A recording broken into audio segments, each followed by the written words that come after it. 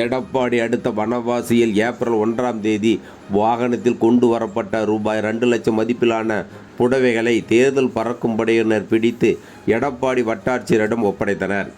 சேலம் பாராளுமன்ற தொகுதிக்கு உட்பட்ட எடப்பாடி சட்டமன்ற தொகுதியில் 11 தேர்தல் பறக்கும் படையினர் வாகன சோதனையில் ஈடுபட்டு வருகின்றனர். ஏப்ரல் 1ஆம் தேதி மதியம் 2 மணி அளவில் தேர்தல் பறக்கும் படை அலுவலர் ஜோதிபாசு தலைமையிலான குழுவினர் வனவாசி பகுதியில் வாகன சோதனையில் ஈடுபட்டு வந்தனர். எலம்பிள்ளையிலிருந்து வனவாசி நோக்கி வந்த டெம்போ வாகனத்தை பறக்கும் படையினர் சோதனையிட்டனர். அதில் உரிய ஆவணங்கள் இன்றி சுமார் 2 லட்சம் மதிப்பிலான 65 புடவைகள் இருந்தது. உரிய ஆவணங்கள் இன்றி கொண்டு வரப்பட்ட புடவைகளை பறிமுதல் செய்து மாலை 4 மணி அளவில் எடப்பாடி வட்டாட்சியர் வைத்தியலிங்கத்திடம் தேர்தல் பறக்கும் படையினர் ஒப்படைத்தனர். சேலம் பாராளுமன்ற தொகுதிக்கு உட்பட்ட எடப்பாடி சட்டமன்ற தொகுதியில் தேர்தல் பறக்கும் படையினர் 2 லட்சம் மதிப்பிலான புடவைகளை பறிமுதல் செய்தது இப்பகுதியில் பரபரப்பை ஏற்படுத்தியுள்ளது.